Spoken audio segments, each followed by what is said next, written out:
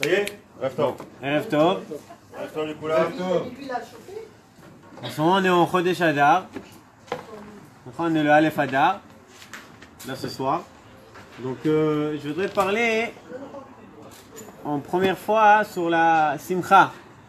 La Gemara dans Masechet Megillah, elle nous dit Mishenichnas Adar, Marbin Besimcha. Elle nous dit Mishenichnas Av, Memaatim Besimcha. Le mois d'Adar, c'est le mois de la Simcha. Le mois de Av, on va pas dire c'est le mois de la déprime, parce qu'il n'y a pas de déprime en Israël, mais c'est le mois qui fait diminuer de la Simcha. C'est ce qu'on voit, on est les deux. La question qui se pose, qu'est-ce que ça veut dire Simcha? Avodat Hashem besimcha. On a l'habitude de dire qu'il faut faire Avodat Hashem besimcha. On a l'habitude de dire Mishenichnas Adar Marbin besimcha. C'est quoi Avodat Hashem besimcha? Et pourquoi la simcha, elle a un lien avec le mois de Adar? Qu'est-ce qui est spécial dans Adar que ce mois-là, c'est le mois de la simcha? Ou, je vais vous poser la question un peu plus profonde. Purim, le nes de Purim qu'on a eu, il a un lien avec la Avodat Hashem besimcha. C'est-à-dire que le srout qu'on avait de avoir le miracle de Purim, ce srout là, il vient parce que il y avait la sgoula du mois de Hadar. La question qui se pose, qu'est-ce qui est spécial de ce mois-là qu'on dit que c'est le mois de la simcha? Le Rav Kook qui nous dit que la simcha dans la Avodat Hashem, c'est pas quelque chose en plus. La simcha dans la Avodat Hashem, c'est Avodat Hashem. Quelqu'un qui ne fait pas Avodat Hashem besimcha, c'est quelqu'un qui ne fait pas la Avodat Hashem. Et où la preuve? La Torah nous dit dans Parashat Kitavo, ou Nitzavim, je ne me rappelle pas, la Torah nous dit la raison que les 98 klalot sont venus sur Am Israël, ils vont venir, Chas Shalom, sur Am Israël, c'est quoi? Pourquoi? Tachat asher lo avatat Hashem elokecha besimcha uvtuv levav merov kol. Il n'y a pas marqué que Dieu te punit parce que tu n'as pas fait Avodat Hashem. Si on va bien lire le pasuk. Il n'y a pas marqué ça. Dans le pasuk, il y a marqué qu'on fait la Avodat Hashem. Alors pourquoi Dieu nous a punis? Parce qu'on n'a pas fait la Avodat Hashem besimcha. La question qui se pose, c'est est-ce que, je vais vous poser la question, est-ce qu'on a une mitzvah dans les 613 mitzvot de la Torah qui s'appelle simcha? Non. Que Sukkot? À part Sukkot, on n'a pas une mitzvah d'être sameach. C'est évident. Donc, comme vous dites que le Rambam dans Eretz Israël. Mais la question, non mais franchement, est-ce que maintenant tu, c'est quoi le problème quand quelqu'un il fait pas la Avodat Hashem besimcha? Ma baya. Il vient, il a mis les téfilines. Allez, à kol tov. Ma baya maintenant. Alors, si on va poser la question maintenant un peu dans une source un peu de yeshiva. La Torah, elle nous ordonne de faire la Avodat Hashem besimcha. Quelqu'un qui met les tefilines, mais il n'a pas fait la mise de tefilines besimcha. Est-ce qu'on va dire qu'il a fait la mitzvah, mais il lui manque la joie? Ou est-ce qu'on va dire plus profond que ça? Quelqu'un qui a mis les tefilines, mais il n'a pas mis la simcha, il n'a pas mis de tefilines. Zekilou, il n'a pas mis les tefilines. Zekilou, il n'a pas fait la Avodat Hashem. Est-ce que c'est vrai ça? Il a fait par... Il a fait par défi. Si on lit le Rambam dans Ilchot Lulav, il nous dit le Rambam que la mitzvah et la simcha, c'est une chose. Quelqu'un qui fait pas que Sukkot, le Maggid Mishneh nous dit là-bas, Sukkot, c'est une source pour toute la Torah, nous dit le Rambam, que quelqu'un qui fait pas les mitzvot besimcha, il n'a pas fait les mitzvot. Et qu'il n'a pas mis les tefilines. La question qui se pose, qu'est-ce qui est aussi important dans la simcha? On peut dire, bon, la simcha, il faut pas être déprimé, tu fais la Avodat Hashem, comme ça tu servis ton roi en déprime. T'es pas content? Il y a une possibilité de dire ça. Mais il y a quelque chose qui est plus profond. Le Rav Kook qui nous dit que toute la émouna dans Kadosh Baruch Hu, elle dépend de la simcha. C'est-à-dire que la simcha est égale à la émouna. Ok? Quel rapport? C'est quoi Simcha? Simcha, il nous dit, le Rav Kook, le Maharal, Simcha, c'est quoi? Quand quelqu'un, il fait quelque chose de Simcha. Qu'est-ce que ça veut dire? Ça veut dire qu'il a un lien avec ce qu'il fait. C'est pas quelque chose qui est en dehors de lui. D'accord? Les dogmas. Quelqu'un maintenant, il se réveille le matin, il va travailler. Alors il y en a un, il est tout content d'aller travailler. Quand il se réveille le matin, il va travailler. Est-ce qu'il va prendre du temps maintenant à se lever, à manger, à s'habiller, à parler avec sa femme? Ou est-ce que maintenant il va directement s'habiller, il va aller travailler? Maïe, directement, quelqu'un qui est en joie. Quelqu'un qui n'a pas la joie, quelqu'un qui n'a pas le lien entre lui et entre ce qu'il fait, donc ça va prendre du temps. Il va pas vouloir le faire. Elle nous dit la Torah, Avodat Hashem besimcha, quelqu'un qui met pas les tefilines avec joie, ça veut dire qu'il n'a pas un lien entre lui et les tefilines. Il n'y a pas un lien entre lui et la Avodat Hashem. C'est quelque chose qui est à l'extérieur. Est-ce qu'on vit ça, nous? Le mois d'Adar, il a cette mesugalout de nous amener à ce niveau de faire la Avodat Hashem où il y a un lien entre moi et la mitzvah. Où vraiment moi et la mitzvah, on est complices. C'est-à-dire, Chodesh Adar, Purim, le Nes de Purim, a été fait d'Afka au mois de Hadar. D'accord? Pourquoi le Nes de Purim a été fait d'Afka au mois de Hadar? Qu'est-ce qui est spécial dans le Nes de Purim? Si on va parler maintenant, franchement. Purim, il y avait une communauté de juifs à Shushan, où il y avait un juif là-bas, qui s'appelait Mordechai Yehudi, et lui, il a énervé Aman Arasha, un goy. Ce goy, il s'est énervé, il a décidé pogrom. Sur ça, on fait quoi? Purim. Il nous dit le Khatam Sofer, il dit que dans chaque génération, il y a un Purim. Il y a Purim de Francfort, il y a Purim d'Elita, il y a Purim de Berlin. Chaque année, il y avait un Purim. Il dit le Khatam Sofer. Qu'est-ce que ça veut dire? Chaque année, chaque génération, je veux dire, il y avait un goy qui voulait faire un pogrom dans les juifs. Donc, maintenant, sur chaque pogrom, on va faire Purim. Il pose le Khatam Sofer la question. Dans chaque pogrom qu'il y avait, on va faire maintenant un Purim, une grande fête. Qu'est-ce qui est spécial dans le Purim, dans le Nes de Purim? Il y avait, Akadosh Baruch Hu, il a sauvé de la mort à la vie. C'est très important, Kamouvan, Baro.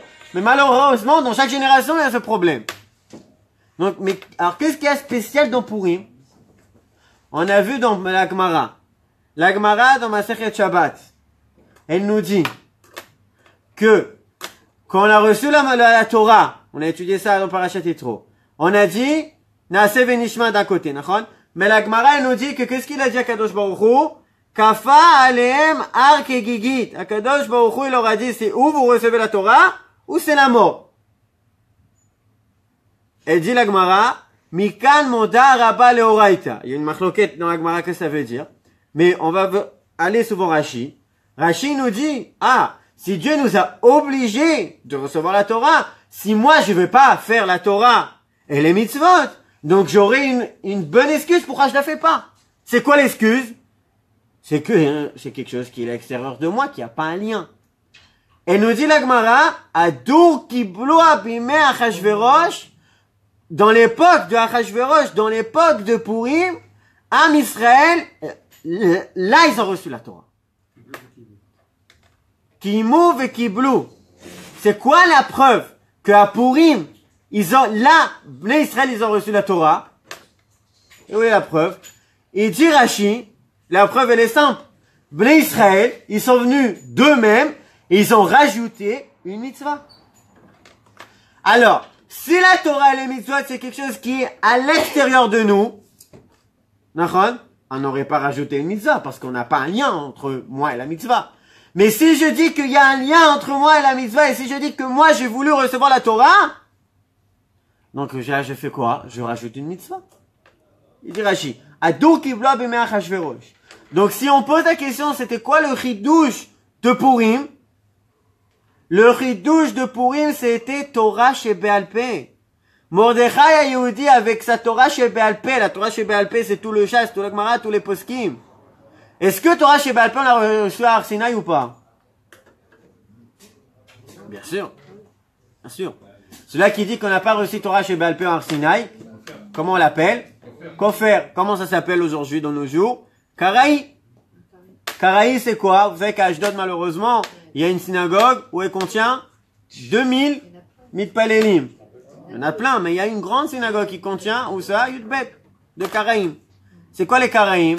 Il y a marqué dans la Torah, Lo tevaru esh bechol moshevotechem beyom ha-shabbat. On n'a pas le droit d'allumer le feu. Donc, qu'est-ce qu'ils font eux? Tout le Shabbat, pas de lumière, rien du tout. Pourquoi? Lo tevaru esh bechol moshevotechem beyom ha-shabbat. Mais il y a la Torah chez Béalpé, il y a la Gemara, il y a le Chasse, il y a les Poskim, il y a les Gdolim. Eux, ils t'ont dit, Lo tevaru esh bechol moshevotechem. Qu'est-ce que ça veut dire? On n'a pas le droit d'allumer le feu. Mais, par exemple, on peut laisser le feu avant Shabbat, où il y a la minuterie, où on a la Torah chez Béalpé qui nous dit. Eux, ils disent non, ça on n'a pas reçu à Har Sinaï. Il nous dit le Rambam, c'est quoi la preuve que Torah chez Béalpé on a reçu à Har Sinaï? Quelle est la preuve? Il dit le Rambam, il y a marqué dans la Torah, Basukot teshevu shivat yamim. Qu'est-ce que c'est Souka? C'est Souka. Donc évidemment, quand un Kadosh Baruch, si t'es d'accord avec le Coran, Kadosh Baruch il a dit à Moshe, Basukot teshevu shivat yamim. Donc évidemment, il a dit c'est quoi Souka? S'il a pas dit c'est quoi Souka, donc dans ma tête ça peut être une cabane, ça peut être une maison, ça peut être chaque chose. Elle vient à la Gemara, la Torah chez Béalpé, c'est à Kadosh Baruch Hu qui l'a dit à Moshe Rabbeinu, Basukot teshevu shivat yamim, les Soukot, Souka voit les malami, Esrim Amapsula, ça doit être 4 mechitzot, on voit tout la halachot de Masechet Souka, Akadosh Baruch Hu les a donnés à Moshe Rabbeinu, à Har Sinaï. C'est ça Torah chez Béalpé. Tout c'est comme ça. À Kol, rien que je ramène l'exemple de Souka parce que là-bas on voit cette base, Mamash, on le voit cette base que Dieu il a donné Torah chez Béalpé en même temps. Mais le chidouche de Purim, c'est pas Stam. Qu'Akadosh Baruch Hu, il nous a sauvés de la mort à la vie. Et là, le chidouche de Purim, c'est quoi? C'est que Am Israël, ils ont reçu la Torah. C'est quoi, ils ont reçu la Torah? C'est la Avodat Hashem et Simcha, c'est qu'il y a un lien entre la Avodat Hashem et entre moi. Et s'il y a un lien entre la Avodat Hashem et moi, on arrive à un niveau de Torah chez Béalpé. Un niveau de Torah chez Béalpé, c'est toi, de toi-même. Tellement tu vis ta neshama, que ta neshama, elle se dévoile, elle sort de Chidushim. Torah chez Béalpé. Et la question qui se pose, Mordechai Yehudi, c'était quoi le chidouche de Mordechai Yehudi dans Purim? Et là on arrive au cours de Purim. Après qu'on a expliqué, Mishinchas Adar Marbin Besimcha, Adar c'est le mois de la joie. La joie, c'est en fait qu'il y a un lien. La joie, c'est un signe en fait, qu'il y a un lien entre l'homme et entre la Torah. C'est un lien de Neshama. Mais si quelqu'un ne fait pas Avodat Hashem Besimcha, c'est-à-dire qu'il n'y a pas de lien, c'est mamash Pachout. Pachout de chez Pachout. Il nous dit le Rav Kook, la base de la Emouna. C'est quoi la Emouna? On a expliqué, vous vous rappelez, il y a 2 semaines. C'est quoi la Emouna? Qu'est-ce que Emouna? C'est qu'Akadosh Baruch Hu, il a créé un lien entre l'homme et lui. Comment Akadosh Baruch Hu, il a créé un lien entre l'homme et lui? Le fait qu'on existe. Sham Israël, ça s'appelle la Neshama. Quelqu'un qui vit son existence. Quelqu'un qui vit sa Neshama, c'est quelqu'un qui fait Avodat Hashem Besimcha. Quelqu'un qui vit pas sa Neshama, c'est quelqu'un qui croit qu'Akadosh Baruch Hu est lui. C'est 2 choses différentes. Akadosh Baruch Hu, il est à l'extérieur. La Torah et lui, c'est 2 choses différentes. Il y a lui, il y a la Torah. C'est quelqu'un qui fait pas Avodat Hashem Besimcha. Quelqu'un qui fait Avodat Hashem Besimcha, c'est quelqu'un, Chaye Olam Nata Betochenu. C'est quelqu'un qui fait Torah chez Béalpé. C'est quelqu'un qui vit sa Neshama. Donc, entre guillemets, il a même pas besoin de la Torah pour savoir ce qu'Akadosh Baruch Hu dit. Parce qu'il vit sa Neshama. Dans la Neshama, tout est écrit. Comprenez quel niveau? C'est le niveau qu'Am Israël est arrivé à Purim. C'est Avodat Hashem Besimcha. Avodat Hashem Besimcha, c'est pas que avoir la joie. La joie, c'est un signe qu'il y a un lien entre toi et la Torah. Mais tu peux avoir un homme qui va faire Avodat Hashem Besimcha, et puis il va être joyeux, mais il n'y a pas de lien entre lui et la Torah. Ça va être une joie qui est encore, mais la choutite. Comment on dit la choutite en français? Ça va être une joie, comment? Artificielle. Une vraie joie, c'est une joie qui c'est un signe, qui a un lien entre toi et la Torah et les mitzvot. C'est un niveau qui est très dur. Qui bannu ta Torah beratzon. Et nous dit la Gemara dans Masechet Shabbat. Pendant l'époque de Purim, on a reçu la Torah beratzon, avec volonté. Nous, on a voulu recevoir la Torah. On le vit ça dans nos jours. En fait, si on va approfondir la chose, quand le mois de Hadar, il arrive, ce mois-là, il a la capacité de nous amener à ce niveau-là, de vivre notre Neshama. À ce niveau-là, d'avoir vraiment un lien entre toi et la Torah. C'est un niveau qui est très profond. Donc quelqu'un, vous savez, dans les yeshivot, il y a Zman Elul, le mois de Elul. Après, il y a les vacances de Tishrei. Si je vous dis maintenant le point du temps des yeshivot, vous allez dire les Bachurei yeshivot, ils ont trop de vacances. Hein, c'est vrai. Il y a le mois de Elul. Après, tu as les vacances de Tishrei. Après, tu as Zman Choref. Tout Zman Choref, c'est 6 mois. Il n'y a pas de fête, il n'y a rien, pas de vacances. On arrive au mois de Hadar. Un mois après, c'est Ben Azmanim. Mon Rosh Yeshiva a l'habitude de dire, quelqu'un qui arrive au mois de Hadar, il a la pression, il a un sentiment. Ça arrive. Moi, par exemple, tu arrives en première année, tu arrives, t'es tout nouveau, tu connais rien, tu arrives, c'est très dur d'entrer maintenant dans ce monde de la Torah, et vraiment avoir un niveau comme ça. Tu as la pression que, entre guillemets, tu n'as rien fait. Tout ce Zman Choref. Tu as étudié, mais tu as l'impression que, bon, je sais pas, ça n'a pas rentré. Alors tu dis quoi? Maintenant on est le mois de Hadar. Ça y est, c'est fini maintenant le temps. Dans un mois, c'est les vacances. Après Zman Kaïs, combien c'est Zman Kaïs? 3 mois. L'année elle est finie, entre guillemets. Moi je suis à l'habitude de dire, quelqu'un qui a cette impression-là, le mois de Hadar, il a la capacité de tout récupérer. De Zman Choref. Pourquoi? Parce que ce mois d'Adar, il a la capacité de t'amener à ce niveau-là, que toi et la Torah, vous êtes complices. Vous faites une chose. C'est un chidouche. Nous, on a tout le temps l'habitude de, comment décrire la Emouna dans le Kadosh Baruch Hu? C'est qu'il y a un Dieu quelque part, et je sais pas s'il existe ou pas.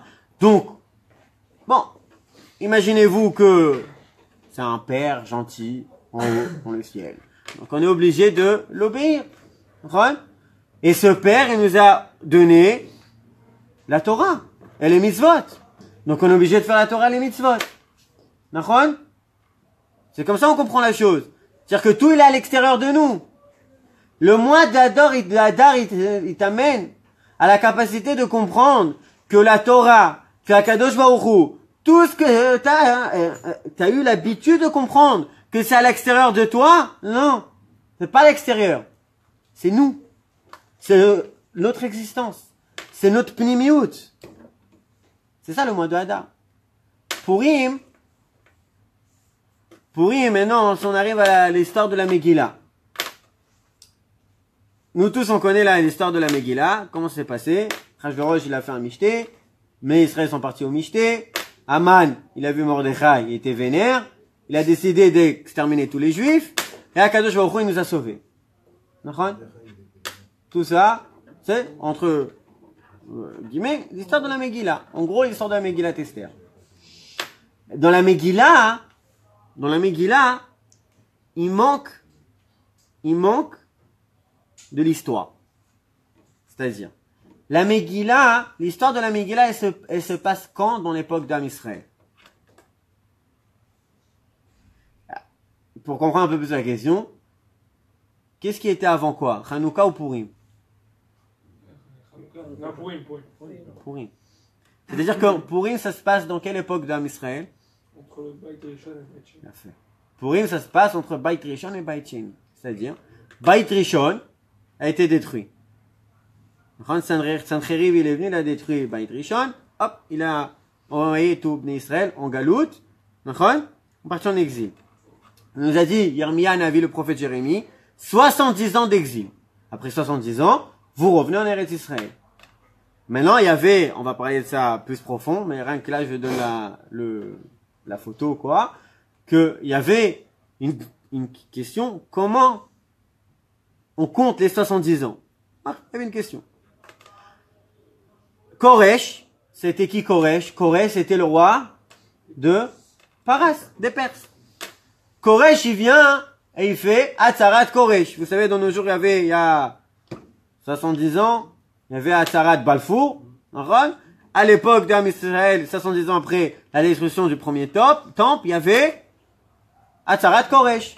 Koresh, il est venu, il a dit à tous les Bnei Israël qui sont été là-bas à Perse ou à Bavel, de aller où? En Eretz Israël. Qu'est-ce qu'ils font les Bnei Israël? Et là, qui rentre dans l'histoire? Ezra Sofer.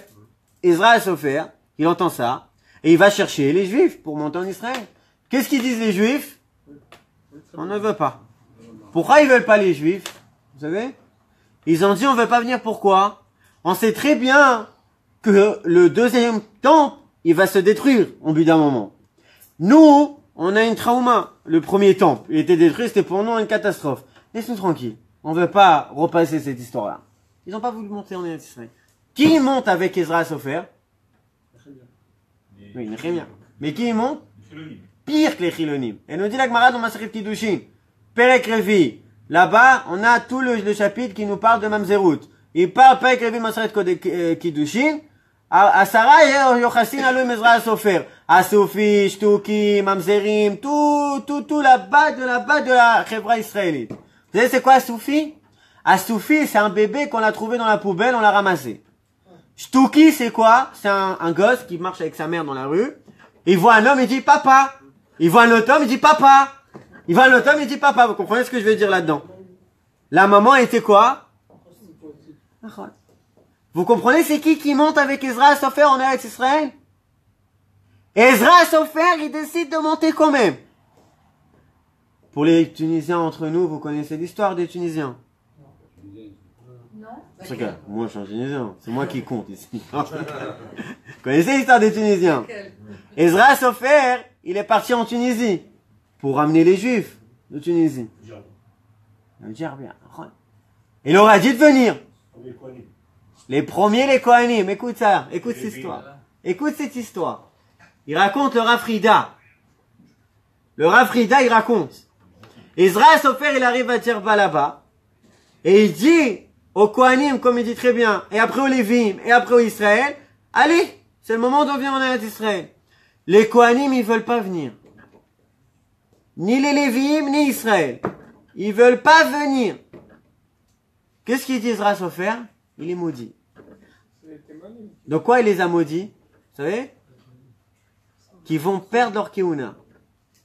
Il y a beaucoup de halal chez les Kohanim tunisiens. Je veux dire bien. Mais, elle n'est pas finie l'histoire. Les Tunisiens, ils l'ont maudit aussi. De quoi ils l'ont maudit? Que sa Géoula, elle va pas marcher. Au bout d'un moment. Puis au deuxième temps, il va se détruire. Donc ça, il ramène le Rafrida, cette histoire. C'est pas une légende, Canéré, c'est le Rafrida, il ramène. Voilà. Intéressant. Donc c'est vraiment là-bas comment? Voilà. Amash là-bas d'Am Israël, c'est eux qui décident de monter avec Ezra Sofer en Eretz Israël, et Ezra y va. Ezra y va là-bas. Et il commence à construire le deuxième temple. C'est ça l'histoire. Et qui y a en Eretz Israël à cette époque-là? Qui est là-bas? Qui est là-bas? Aman Aracha. Aman et ses 10 enfants, Aman et Saret Banav, eux ils sont en Eretz Israël à cette époque-là. Et il y a marqué dans Sefer Ezra, Katvu Sitna, ils ont envoyé des lettres à Koresh. Et qu'est-ce qu'il y a marqué dans les lettres? Ils disent à Koresh, fais attention toi, ces juifs-là, ils veulent prendre le pouvoir. Tu vas perdre ton pouvoir sur la terre d'Israël. Qu'est-ce qu'il fait Koresh? Au début, il décide d'arrêter la construction du temple. Où il est Mordechai Yehudi dans toute cette histoire? Quand on lit la Megillah, Mordechai il est où? À Shushan. Qu'est-ce qu'il fait là-bas Mordechai Yehudi? Mordechai il faisait partie des gens qui sont montés avec Israël Sofer en Eretz Israël. Qu'est-ce qu'il fait là-bas Mordechai? Il nous dit la Gemara, il y a marqué à la fin de la Megillah. C'était pas un Shtuki chez Gozak. Pourquoi il est monté? Il est monté avec Ezra. Ezra, pourquoi il est monté? Il était pas Shtuki aussi. Oui, mais. Ok, mais. Ah, il n'y avait pas que des. Il y avait aussi des gens. La 90% de la population, elle était que des comme ça. C'est même pas 10%, si on va dire. C'est même moins. Tu prends. Si on va imaginer vraiment le truc, c'est Ezra, Nehemia, Mordechai. Les autres, vraiment le bas du bas. Donc, la Gemara nous dit à la fin de la Megillah, qu'on arrive au happy ending, quand je vous il a sauvé Israël et tout, qu'est-ce qu'il y a marqué? Nachon Mordechai a Yehudi.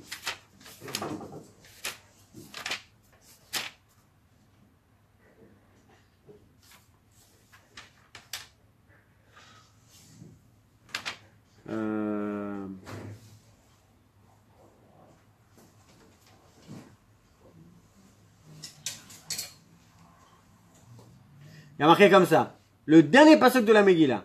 Ki Mordechai Yehudi Mishneh la Melech Achashverosh. Le bras droit de Achashverosh. Vegadol la Yehudim. Veratsui lerov echav. C'est quoi Ratsui lerov echav? Ratsui était aimé par ses frères, mais il n'y a pas marqué Ratsui lekol echav, qui a été aimé à tous ses frères. Lerov echav. La plupart d'Am Israël, ils ont aimé Mordechai Yehudi. À part une petite quantité qu'ils n'ont pas aimé. C'est qui ces petites quantités-là? Le Sanhédrin. Le Sanhédrin. Et nous dit la Gemara dans cette Megillah, le Sanhédrin, ils ont pas pris avec Mordechai Yehudi. La Gemara nous dit, après l'histoire de la Megillah, Mordechai, il est descendu de niveau. C'est-à-dire, avant l'histoire de la Megillah, Mordechai, il était dans numéro 5 dans le Sanhédrin. Après l'histoire de la Megillah, Mordechai il est descendu au numéro 6. Pourquoi? Pourquoi? La question qui se pose. Souvent la halakha.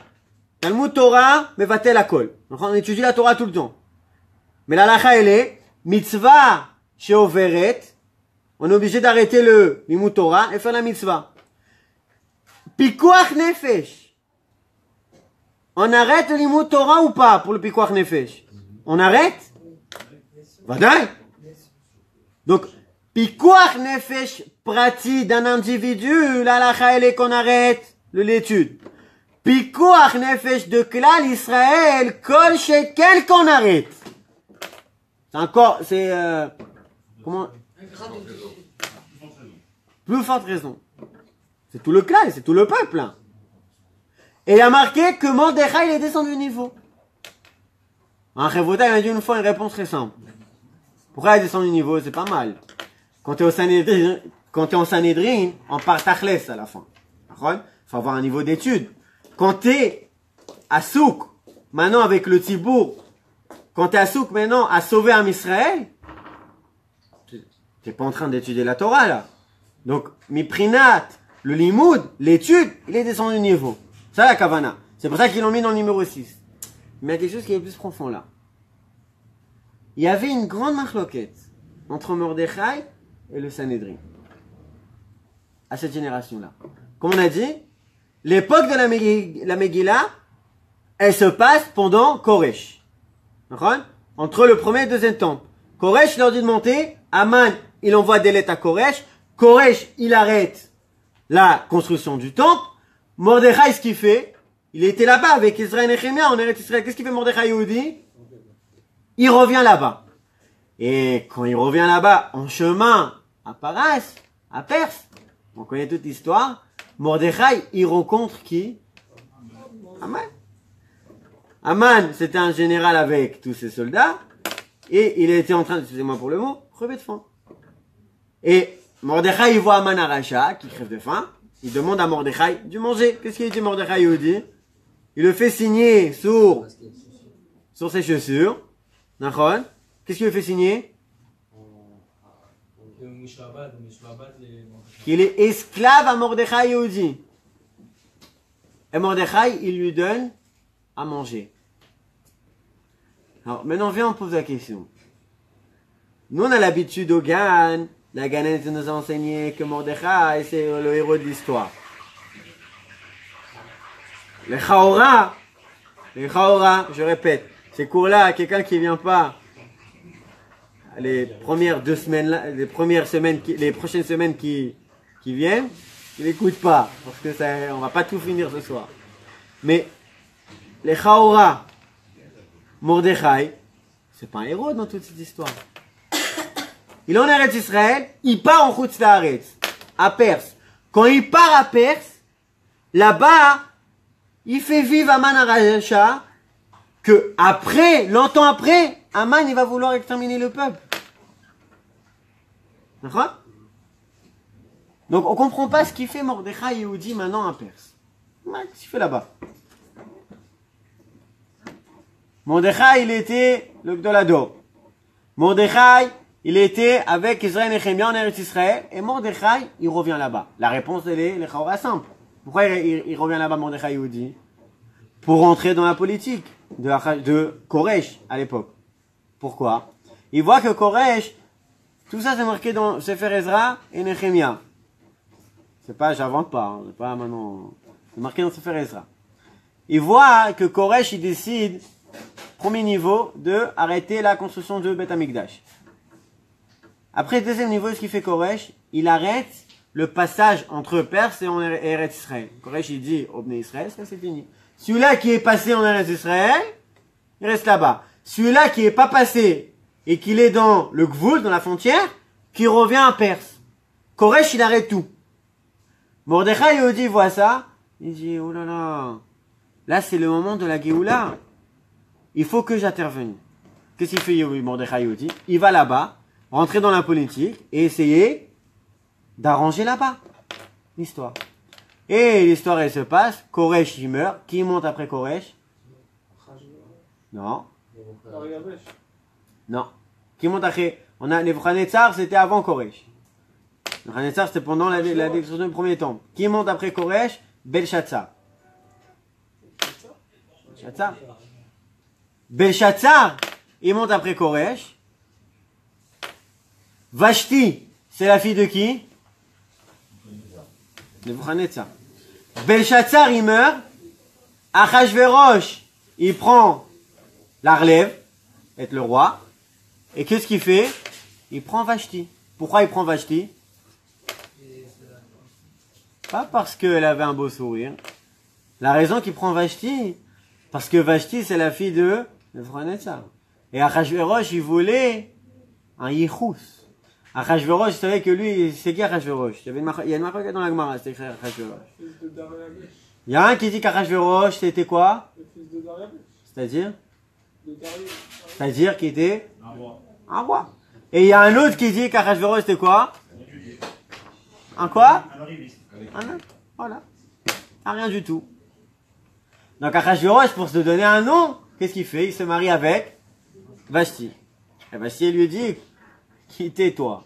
C'est pas, quand on lit la Megillah, on a l'impression que le Shlom Bayit qu'il y avait entre Achashverosh et Vashti, c'était une grande Shlom Bayit. Il nous dit, la Gemara, dans cette Megillah, il raconte que Vashti, elle lui disait à chaque fois, mais toi, d'où tu viens, toi? Toi, t'étais un rien du tout. T'étais un FS. Et là, toute l'histoire de la Megillah, elle commence. Après tout ce qu'on vient de raconter, là, il manque beaucoup d'histoires dans la Megillah ici. Après tout ce qu'on a raconté, l'histoire de la Megillah, elle commence. Vous voyez où je veux en venir. Où je veux en venir. Que toute l'histoire de la Megillah, elle est en rapport avec quoi? Ah là, avec la terre d'Eretz Israël. C'est avec ça que c'est en rapport. Isaac Agio.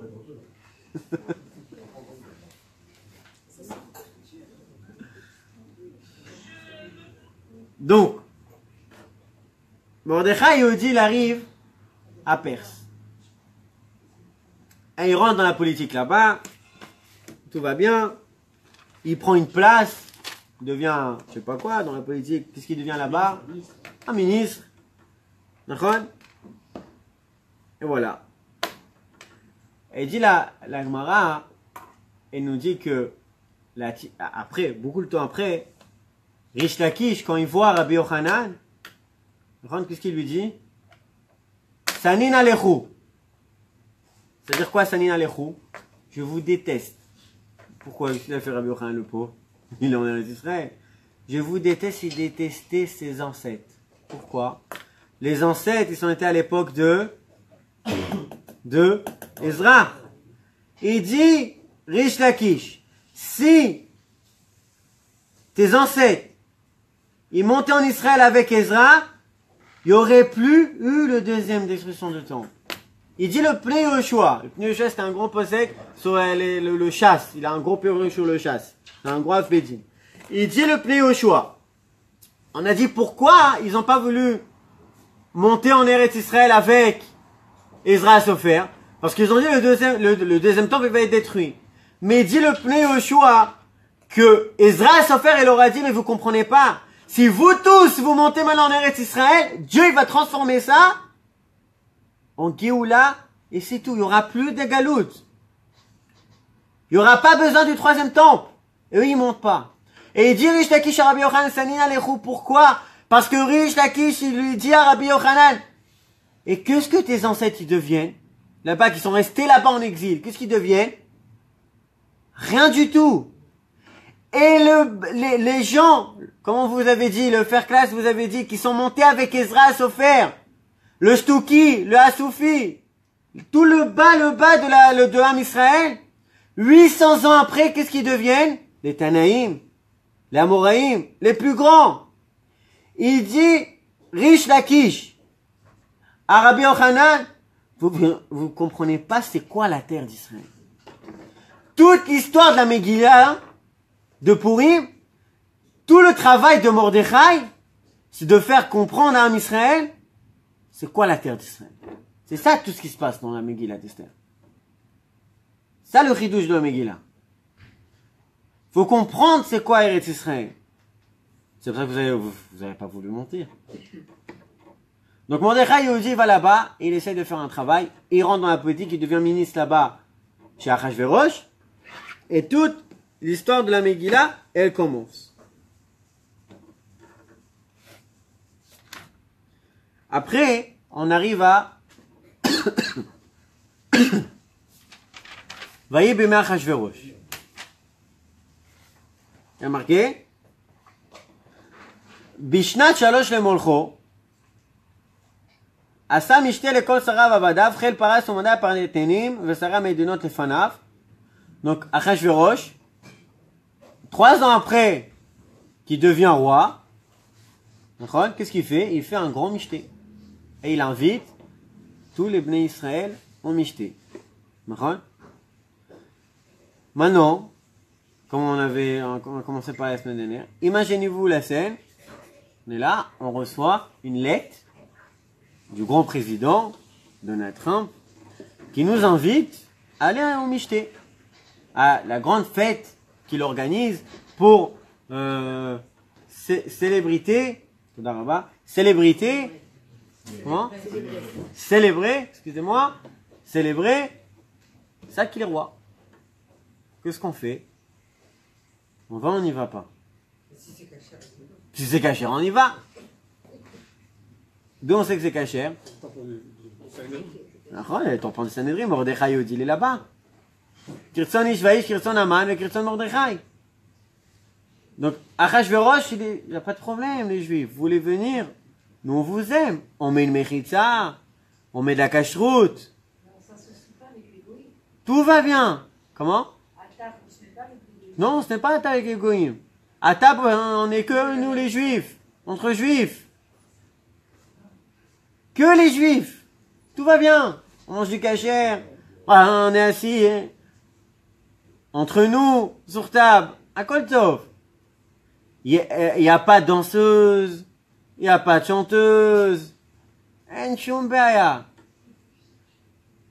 Même dans les mariages, il n'y a pas ça chez nous.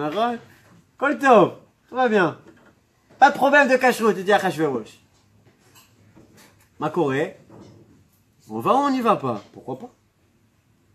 Il y a marqué dans la Gemara que même Mordechai Yehudi s'est posé la question s'il faut aller ou pas. On n'y va pas.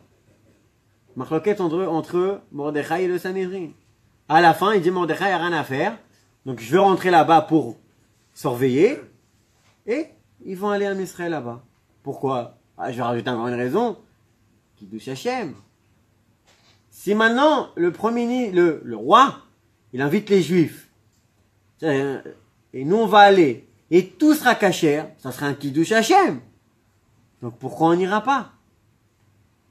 Et quand même, quand les élèves de Rabbi Shimon Bar Yochai, ils ont posé la question à Rabbi Shimon Bar Yochai, ils lui ont dit, rappelez-nous, ils lui ont dit, mi penema nitchayvu Israël shebeoto dor kelaya. Pourquoi Akadosh Baruch Hu, cette génération-là, il les a jugés comme ça? Et qu'est-ce qu'il répond à Rabbi Shimon Bar Yochai? Répondez-vous. Et qu'est-ce qu'ils répondent les élèves? Mi pene sheneenu misoudato shel oto rasha. Parce qu'ils sont partis au repas qu'il a fait à Achashverosh. Mais c'est quoi le problème? C'était kasher. C'était séparé. C'était quoi le problème? Mabaya d'aller. Il y avait même le tampon du Sanhedrin. Et quand même les élèves de Rabbi Shimon Bar Yochai, ils disent quoi? À cause de ça, cette faute-là, qu'on comprend pas pourquoi c'est une faute, Bnei Israël, ils ont été punis. Ils se sont fait de mal. C'était moutard, c'était kasher, il y avait une mechitza, il y avait tout ce qu'il fallait. Quand même, Kadosh Baruch Hu, il a décidé que c'était une grande faute. Grande faute.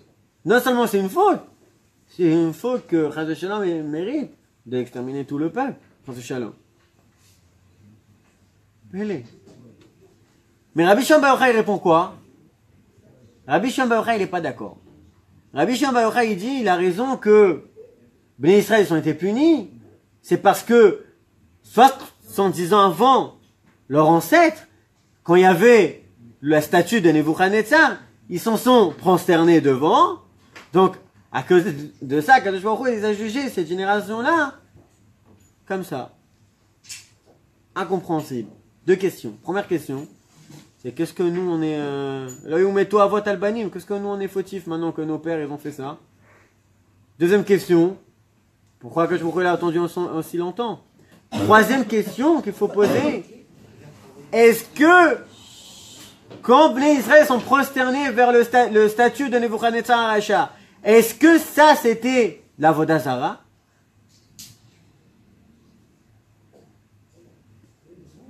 Oui? Il nous dit là-bas le Tosfot, Rabbeinu Tam, le Maharal, il nous dit là-bas, le Maharal aussi il dit, quand ils se sont prosternés vers la statue de Nebuchadnezzar Aracha, c'était pas de l'Avodah Zara. Pourquoi c'était pas de l'Avodah Zara? La Avodah Zara, il dit Tosfot, Rabbeinu Tam, et c'est la halacha aussi. La Avodah Zara, c'est pas se prosterner à une statue. La Avodah Zara, si Nebuchadnezzar, il a mis ces statues-là, quand on se prosterne vers ces statues-là pour prouver que c'est lui le Dieu, là c'est de la Avodah Zara. Mais il dit Rabbeinu Tam, le Tosfot, il nous dit la raison que Nebuchadnezzar, il a mis ces statues-là, c'est pas pour dire c'est moi le Dieu. La raison qu'il a mis ces statues-là, c'est pour honorer, pour le kavod. Il dit Rabbeinu Tam, ça c'est pas de la Avodah Zara. Même Aman Aracha, on connaît toute l'histoire. Où Mordechai lo ichra velo ishtachave. Pourquoi Mordechai Yehudi se prosterne pas vers Aman? Encore le Sanhedrin, il dit à Mordechai, mais tu mets tout le peuple en pikuach nefesh à cause de toi. Prosterne-toi.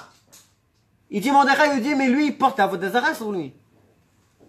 Et encore une fois, il marque le code entre Mordechai Yehudi et le Sanhedrin, qui est la Avodah Zara. Lui, c'est pour l'honorer. Et ils ont raison, le Sanhedrin. Et quand même, Mordechai Yehudi, il décide de ne pas se prosterner.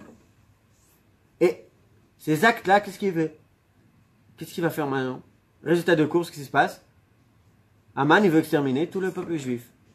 Encore une fois, Mordechai Yehudi, entre guillemets, il met le peuple en pikuach nefesh.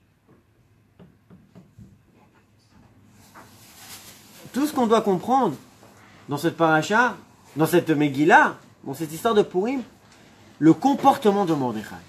Si on comprend qui est Mordechai et pourquoi il se comporte comme ça, on comprendra toute l'histoire de Purim. Qu'est-ce qu'Akadosh Baruch Hu voulait dans Israël à cette époque-là. Bezrat Hashem, ça c'est les prochains semaines. Shabbat Shalom. Shabbat Shalom. Ça y